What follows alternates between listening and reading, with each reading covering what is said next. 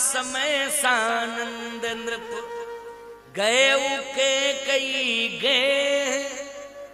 और जैसे ही केकई जी के भवन में पहुंचे तो वहां केकई जी मिली नहीं, क्योंकि सरस्वती जी प्रभु की प्रेरणा से अयोध्या आई। वो अयोध्या में उन्होंने नाम मंथरा मंदमती चेरी केकई केर अजस पिटारी ताहे कर गई गिरामती फेर। अपयस की जो पिटारी थी वो मंथरा के सिर पर रख के सरस्वती जी चली गई, लेकिन देवताओं के कहने से नहीं। किसके कहने से? भगवान के कहने से, प्रभु राम के कहने से। आप कहो महाराज कहते जा रहे हैं आप, इसमें देवताओं ने ही तो भेजा था ये सब। देखो एक बात आपको बता रहे हैं, जब भरत जी राम जी को मनाने के लिए जा रहे थे उस समय भी देवताओं ने कहा था सरस्वती से कि भरत का रास्ता रोको, कहा था कि नहीं?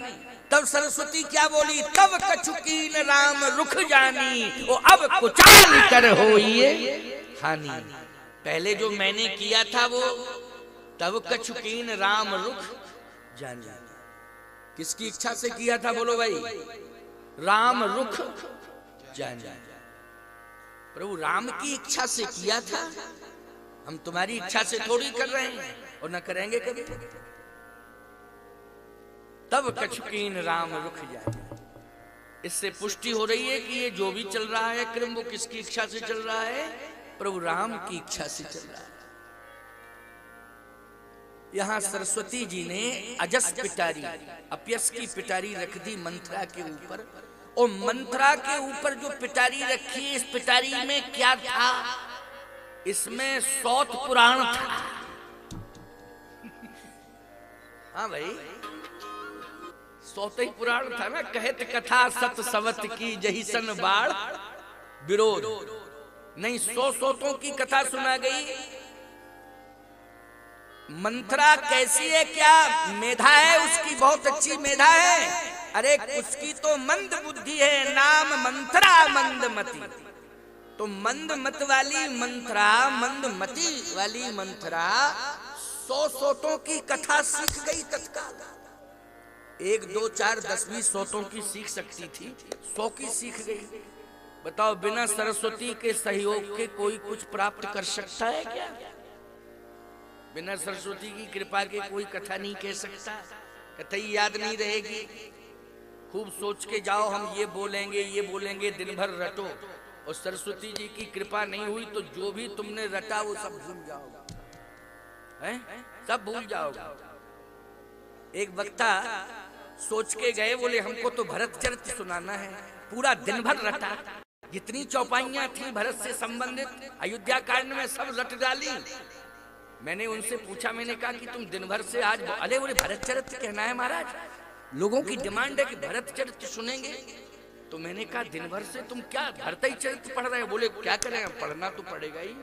भरत चरित्र पढ़े और जैसे ही पहुंचे मंच पर तो बोले आज मैं भरत चरित्र सुनाऊंगा। दोहा माध्यम बना लिया। आपन दारुण दीनता सवै कहो सिरनाय। अब अंतिम चरण भूल गया दोहे का, दिन भर रटता रहा, सरस्वती जी कृपा नहीं थी। फिर बोला आपन दारुण दीनता सवै कहो सिरनाय। ओ तेल बोर पट बांध पुनि पावक देव लगाए।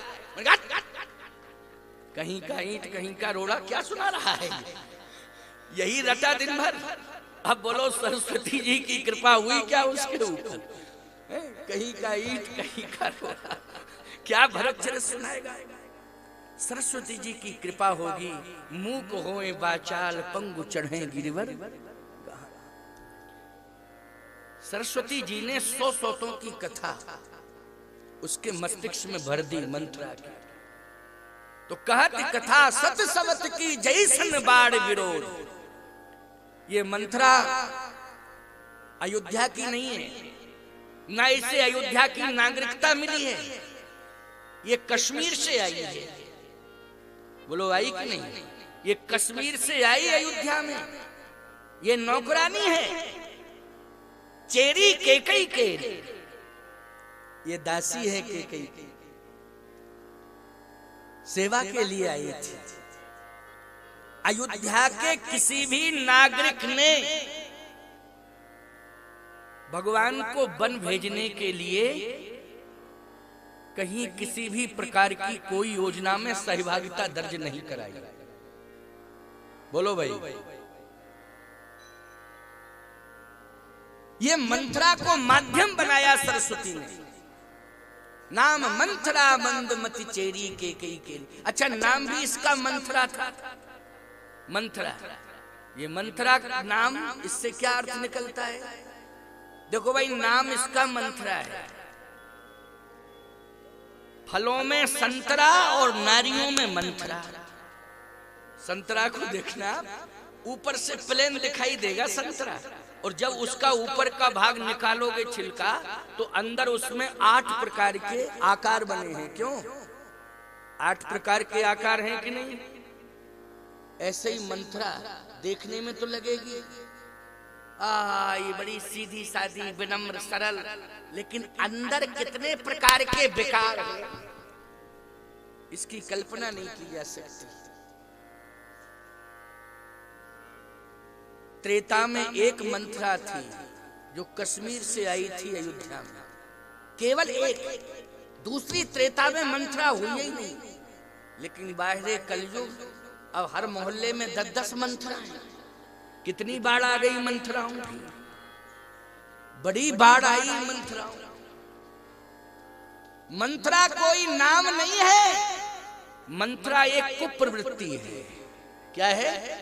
कुप्रवृत्ति। भले किसी का नाम नहीं हो, वोटर लिस्ट छान डालो पूरे हिंदुस्तान की, मंथरा नाम की कोई है ही नहीं। कहें वही हिंदुस्तान की वोटर लिस्ट देख लो, मेरा चैलेंज है, उसमें मंथरा नाम की कोई महिला मिलेगी? आप कह रही नहीं मिलेगी। लेकिन मंथरा एक कुप्रवृत्ति, ये मंथरा जैसी कुप्रवृत्ति रखने वाली महिलाओं की बाढ़ आ गई है।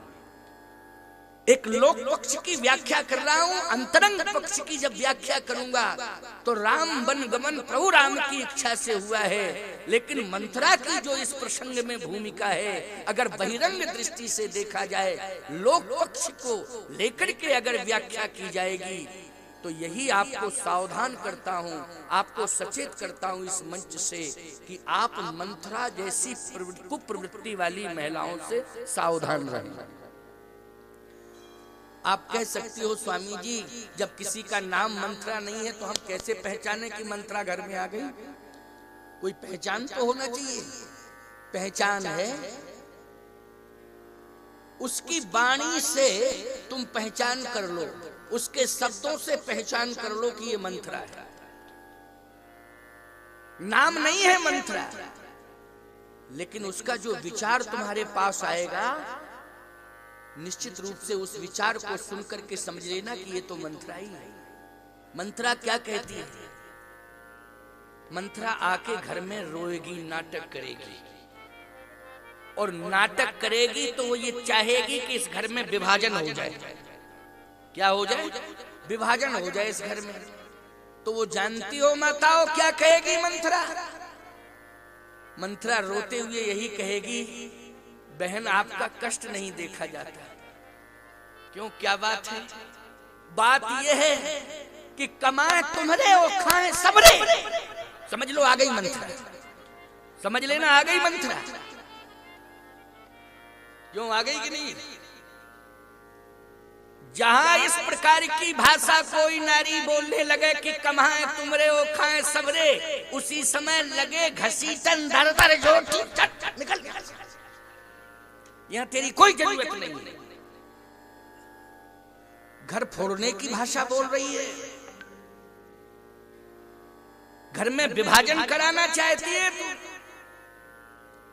हमारे घर में ये विडंबना लागू करना चाहती है। माताओं, कुप्रवृत्ति से सावधान रहो। आज मंथरा ये कश्मीर से आई है। लोग कहते हैं महाराज, भगवान राम जब गए स्वधाम गमन लीला पूरी किए थे अयोध्या से गुप्तार घाट से, तो संपूर्ण अयोध्या वासियों को अपने साथ ले गए थे। मैंने कहा ले तो गए थे। बोले मंथरा को ले गए कि नहीं ले गए? मैंने कहा भाई सबको ले गए, अब ये हम क्या कह दें कि उसको ले गए कि नहीं ले गए। बोले महाराज वैसे अगर नहीं गई होगी तो फिर मंथरा कहाँ है? हमने कहा जहां से आई थी वहीं चली गई होगी। बोले वो तो कश्मीर से आई थी। तो हमने कहा वहीं चली गई। तो बोले कश्मीर में है। हमने कहा त्रेता में वो मंथरा थी, अब महबूबा मुफ्ती है।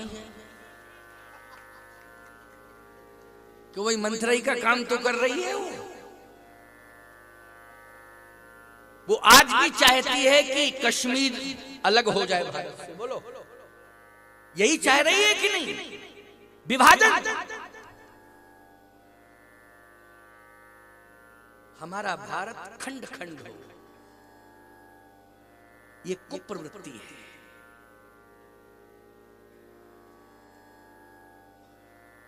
मंथरा ने कैकेयी जी को भ्रमित किया। तो कैकेयी ने पहली बार तो डांटा मंथरा को, इतना फटकारा कि राम के विरोध में मैं एक शब्द नहीं सुनना चाहती हूं। अगर तूने राम के विरोध में दोबारा कोई शब्द निकला तेरी जबान पकड़ के खींच लूंगी। हट जा, मेरी नजरों से ओझल हो जा। तमाम प्रकार से डांटा कैकेयी ने, लेकिन प्यारे वो मंथरा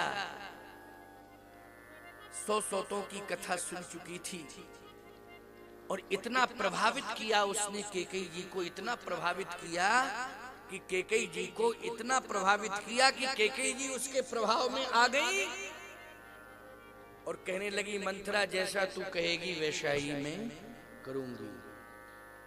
तो मंथरा ने कहा कि हमारा निवेदन यह है कि आप इस स्थान को छोड़ दो। फिर कहा आप कोप भवन में पहुंचे। कोप भवन? कोप भवन में क्यों? हमारा तो ये कनक भवन है। ठीक है आपका ये कनक भवन है, लेकिन कोप भवन में आप जाइए तब सफल हो पाएंगे, कनक भवन में नहीं, कोप भवन। अच्छा तो कोप भवन में तो मैं जा रही हूं, लेकिन पहली बार जा रही हूं, कहां जाइए ना। कैकेयी जी को कोप भवन में भेजा मंथरा ने। कोप भवन जब से बना था तब से प्रयोग हुआ ही नहीं था, उद्घाटन ही कैकेयी ने किया, प्रयोग में ही नहीं आया था ना। कोप भवन तो पहले का बना हुआ है, लेकिन जरूरत ही नहीं पड़ी। कैकेयी जी के द्वारा उद्घाटन हुआ कोप भवन का। कोप भवन में कैकेयी पहुंच गई। कनक भवन में थी लेकिन कोप भवन में पहुंच गई। माताओं अपने घर को कनक भवन बनाना चाहती हो कि कोप भवन? कनक भवन। आपने कहा कनक भवन। देखो आपके मन में भी ऐसा है ना, कनक भवन बने हमारा घर। कोप भवन का अर्थ जानती हो क्या होता है? कोप भवन का अर्थ होता है नाराजगी कमरा। कोप भवन पहले क्यों बनाए जाते थे? एक राजमहलों की मर्यादा होती थी। अगर कहीं कोई राजमहल के अंदर विरोध की आवाज उठती है तो वो सड़कों तक नहीं जानी चाहिए, वो राजमहल के अंदर रहनी चाहिए। और उस समाधान के लिए, क्योंकि राजा से कोई कहने की हिम्मत नहीं जुटाता था, तो एक सुनिश्चित स्थान बना दिया था कोप भवन, कि जिसमें अगर कोई पहुंच गया तो राजा को संकेत मिल जाता था कि कोई समस्या है, अब हमें समाधान करना चाहिए।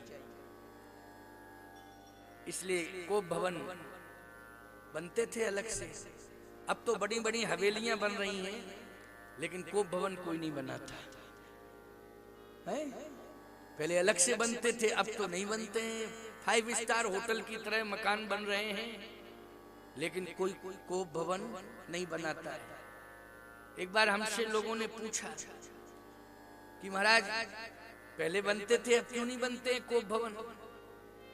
मैंने कहा ये पहले कभी कभी नाराज होती थी तो अलग से कोप भवन थे, अब ऑलरेडी 24 घंटे टेम्परेचर हाई, पूरा मकान ही कोप भवन है, तो अलग से बनाने की क्या जरूरत है? अलग से क्या जरूरत है बनाने? लेकिन माताओं तुम्हारी सरलता, सहजता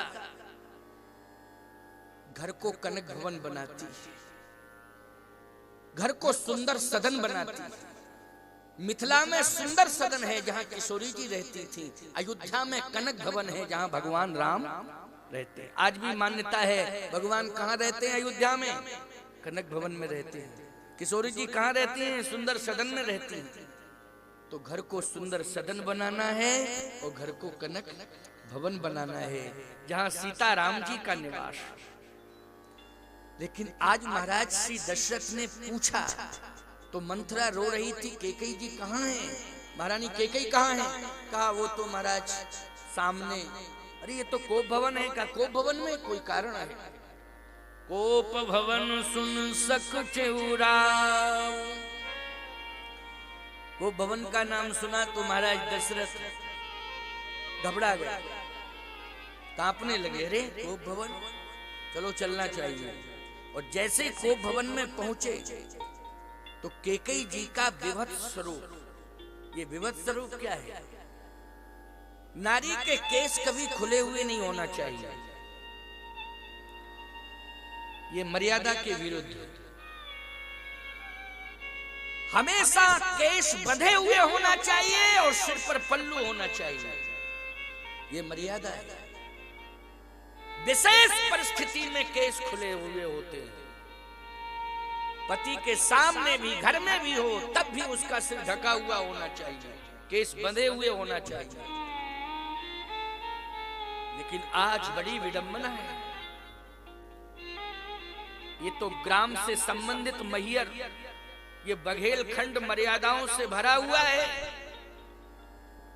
यहाँ आज शहर में भी मर्यादा देखने को मिल रही है। चाहे सतना चले जाओ आप, चाहे रीवा चले जाओ, चाहे तहसील स्तर के किसी तहसील में चले जाओ। चूंकि ये चित्रकूट का, अयोध्या का प्रभाव है। यहाँ की 80 साल की वृद्धा भी सामने आती है तो उसका सिर ढका हुआ होता है। लेकिन प्यारे, चले जाइए महानगर बंबई में, दिल्ली चले जाइए, वहां की विडंबना देखो। पहले तो यही पहचान नहीं कर पाओगे ये बहन जी हैं कि भाई साहब हैं। ये भी एक विडंबना है। इतना पाश्चात्य कल्चर उन्हें प्रभावित कर रहा है कि उन्होंने अपनी वेशभूषा ही बदल दी है। बोलो, वेशभूषा बदली कि नहीं बदली? क्यों भाई? हम साधु हैं, चाहे जितनी बड़ी तपस्या कर रहे हो, लेकिन हमारे वस्त्र अगर हमारे मर्यादा के अनुकूल नहीं होंगे तो इस भेष के प्रति श्रद्धा होगी क्या? बोलिए जल्दी। नहीं होगी श्रद्धा, चाहे जितना भजन करें हम। लेकिन भेष ये परमात्मा का दिया हुआ है, हमें स्वीकार करना चाहिए। ये भेष जो भी माताओं तुम्हें मिला है, ये हमारी महारानी किशोरी जी ने दिया है, ये जानकी मां के द्वारा मिला है। आज तुम्हें जो भेष मिला है वो भेष आर्य संस्कृति है। इस भेष को देख करके इंसान ही नहीं, इस भेष से, मर्यादा के भेष से इंसान नहीं, भगवान भी प्रभावित हो जाता है और मां बनाने के लिए विवश हो जाता है। मां बनाने के लिए विवश होता है। ये मर्यादा है। और सुन लीजिए, मर्यादा जहां होगी वहां भगवान अवश्य होगा। बड़े बड़े महानगरों में शिक्षा की ऊंचाई है, ये मैं मानता हूं, लेकिन प्यारे, ग्रामीण अंचलों में अभी मर्यादा की ऊंचाई है। बोलो, है कि नहीं? शिक्षा की ऊंचाई महानगरों में है, ये मैं मानता हूं, लेकिन ग्राम ग्राम में, भारत के ग्राम ग्राम में अभी मर्यादा की ऊंचाई है, देखने को मिल रही है मर्यादा। गांव में देखने को मिलती है मर्यादा। शहरों में सिर ढकने की बात छोड़ो, सिर पर कुछ होता ही नहीं है। और केस जो है पूरे खुले हुए हैं, इतनी तेज चाल से चलती हैं महिलाएं कि पूरे केस जो है फहराते हैं रास्ते में, और ये लगता है कि लाल किले पे तिरंगाई झंडा फहराने जा रही हैं।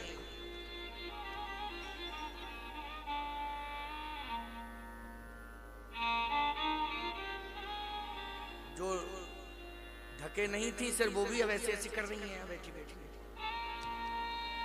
इस तरह से। माताओं, मैं यहाँ की मर्यादा से प्रभावित हूं।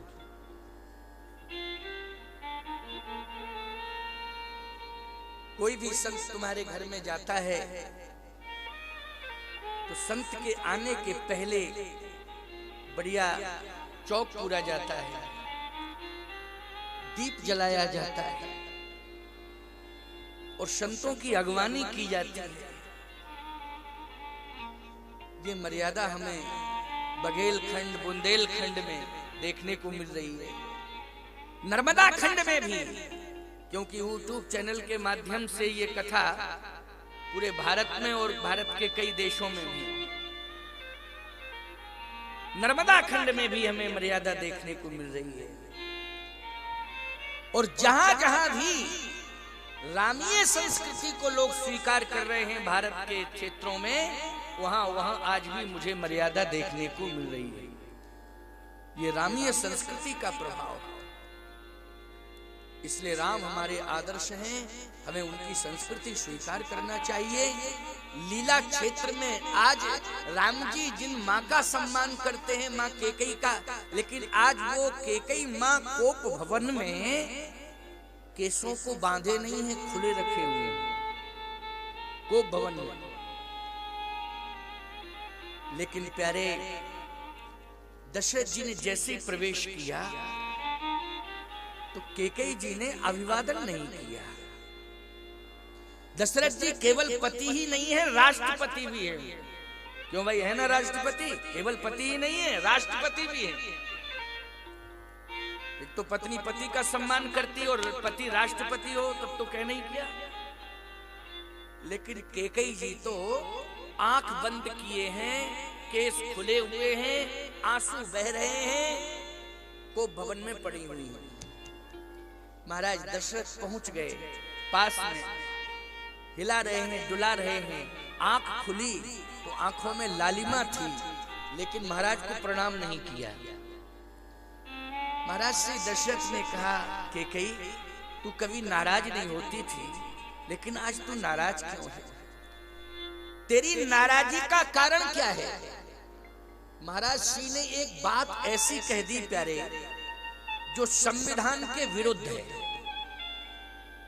मैं रामचरितमानस का प्रमाण दे रहा हूं, संविधान के विरुद्ध है। क्या? किसी भी राष्ट्रपति को, पति भले ही कुछ भी बोलता रहे, ये अलग बात है, लेकिन राष्ट्रपति को गैर जिम्मेदारान बयान नहीं देना चाहिए। चाहे वो पत्नी से बात कर रहा हो, चाहे पुत्र से बात कर रहा हो, चाहे देशवासियों से बात कर रहा हो, उसे गैर जिम्मेदारान बयान नहीं देना चाहिए। महाराज दशरथ का जो बयान है उसको जरा सुनो। कहू कही रंग करै नरेशु, कहू कही